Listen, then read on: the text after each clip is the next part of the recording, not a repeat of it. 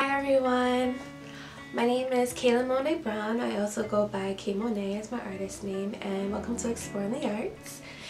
So my channel is about everything you could think of in the arts, such as tutorials, artist talks like the one I'm going to be doing today. So hopefully this channel will provide a lot of information that you need if you're starting out, or if you are an artist who's a little bit further along the way in their art career and just kind of like I say, want to make sure you head in the right direction. So today's topic is going to be about what it means to be an artist, and this is just completely based off of my experience and all the things that I've done. Mind you, I did not study art in school. I had actually studied architecture and interior design, which I actually am still working in that field.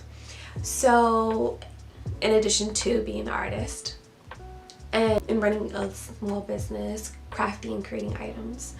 So just a little bit of a background with me. I have been pursuing arts for 4 years now. Prior to that, I was doing my studies in school, and I worked for 1 year in the field before I realized like art was my calling. Like I had to go back to my origins, and art was something that has always been a part of my life ever since I was little. So I felt the need to go back to it and to pursue it as a career and see where it takes me. And so far I've done quite a lot with myself, and what I've tested and what I've tried, what has worked for me, what I failed with, and so on and so forth. So let's get right into it. So if you are an artist who is an emerging artist, then like a lot of you guys, I'm sure you have a day job. For myself, I had a 9-to-5 in order to be able to just pay my bills and whatnot. Now I do work part-time in order to have the flexibility in hours. So if you are starting out and if money is a huge issue, I definitely recommend getting yourself something that's a little bit more stable and kind of like working your way and figuring out what you want to do, because that's kind of what I did. I had worked my 9-to-5, and on the weekends I went to Central Park and I put up a little stand and I did live paintings and sold those paintings to people who were interested.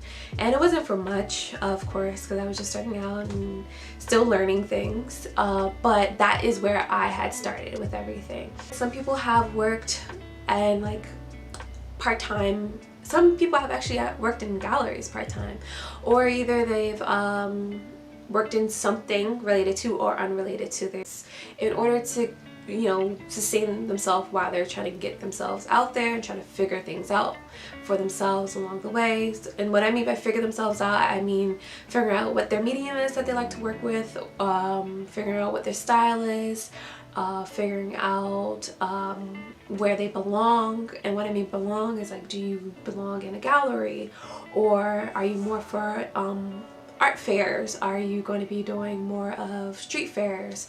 So there's just like many different directions you could go in, and what I find is having a part-time job alleviates the stress when it comes to financial. And also on top of that, going into the arts, I have to admit, is not it's not cheap, unfortunately. You have art shows and you have people who are involved in these shows that they have to pay. So at the end of the day, as an artist, you have to put up some money for it, whether it's with a gallery, or either whether it's with a pop-up fair or whatever the case may be. And also, if you are going to be with a gallery, a lot of times they take a commission, and or instead of having you pay upfront. So there's also that option as well too. So since I've started my art career, I've done a number of fairs and art shows here in New York and Massachusetts. That's where I have family out there, so it's just pretty easy to drive up and stay with them while I was doing the art show or the art fair and whatnot. And I've also hosted my very own art show called Into the Art, where I had over 20 other artists in the show, and it included performing arts as well. Through all this time, I've met a lot of people who have had a lot of different backgrounds and different forms of art, and it was a lot of fun meeting all these different people, talking with them, finding out what their experiences were, seeing where they are in their career as well, you know, just to transfer information, because the more you know, the better. And like I said in my last video, being educated and educating yourself is the best thing you can do for yourself. And the one thing that I found in common between all of us is that we all needed to have patience and willpower, because it is a very long process. And for myself personally, I feel like I'm still growing and there's still a lot of room to grow. And to be honest with you, a lot of times it has to factor to play with the timing.